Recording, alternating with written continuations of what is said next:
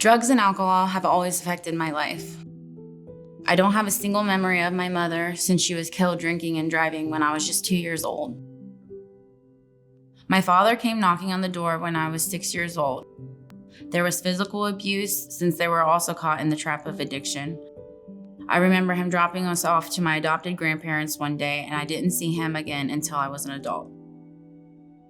Life was difficult. I was dabbling in drugs and sexual behavior by the time I was in middle school, and by the age of 17, I was in my first residential rehab program. To say I have abandonment and rejection issues branded into my core is an understatement.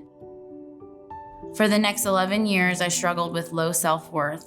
It was a long, lonely, hard time with different addictions, toxic relationships, homelessness, rehab programs, psych wards, and endless overdoses. I can wrap that up all in one word: darkness.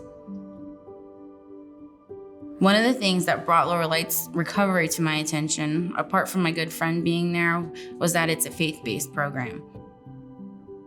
September 18, 2021, I celebrated a year of sobriety, the first one in my adult life.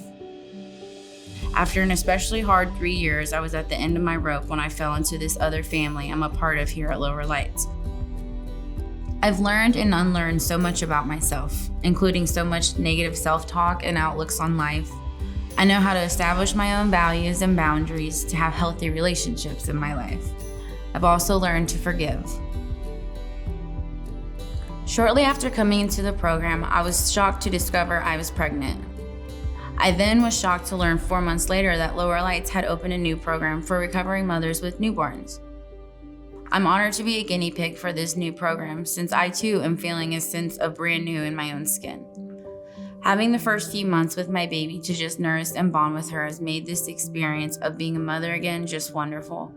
It has made me determined to reconnect with my other children and grow our relationship.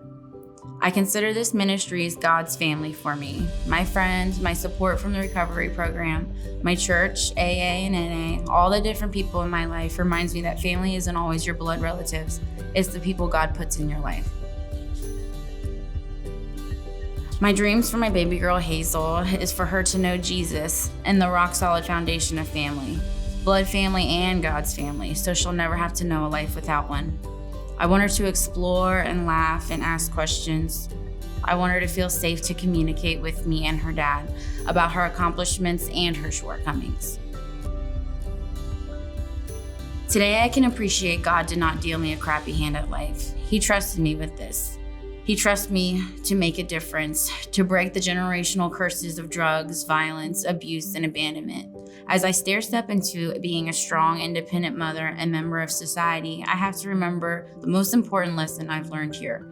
We are all made to be in relationship. We aren't supposed to do life alone. We are a family. I'm engaged to be married to Hazel's daddy. He is a man of God and his family accepts me as their own. We are working towards building a solid, healthy, and happy life and home for our children. But I know now that God intends for us to be in relationship past just our significant other.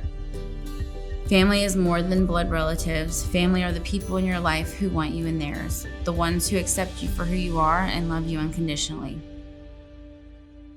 There is a thread that connects us, and it is family.